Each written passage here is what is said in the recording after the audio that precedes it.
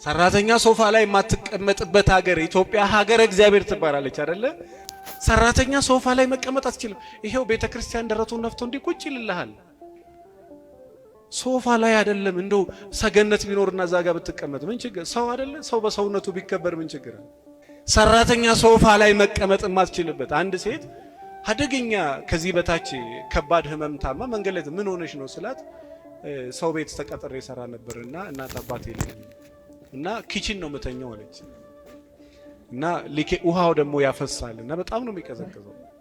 እንደው ሃይማኖት ተው ኤቲስ እግዚአብሔርን ማታመን ሴትም ህሊና አለ የለም ወገኖች? ህሊና አለ የለም? ጎዳና ላይ የሚተኛውን ሰው ስታየው እኮ እርቃኑን ካየው እኮ ሸሚዝህን ደርበለት ይላል። ለህሊና ስትል ይቻላል አይቻልም? 2000 ብር ከፍለው በቀን እኮ ስንት ማለት 100 ብር አይሞላም ወገኖቼ። በቀን 75 ብር እና 80 ብር ከፍለው እየረገጡ የሚኖሩ ሰዎች አሉ። በወር 3000 ብር እኮ የኔ ጌታ በቀን 100 ብር ነው። በቀን 100 ብር ላውም 16 17 ሰዓት አሜሪካን ሀገር ነው የሚመስለው። መተኛት አትችል፣ ጎንበስ ማለት፣ ቀና ማለት፣ መተንፈስ፣ ምግብ መብላት። በዛ ላይ ኢትዮጵያ ውስጥ ሶፋ ላይ መቀመጥ አይቻልም። ምን ላይ ወገኖቼ? ሶፋ ላይ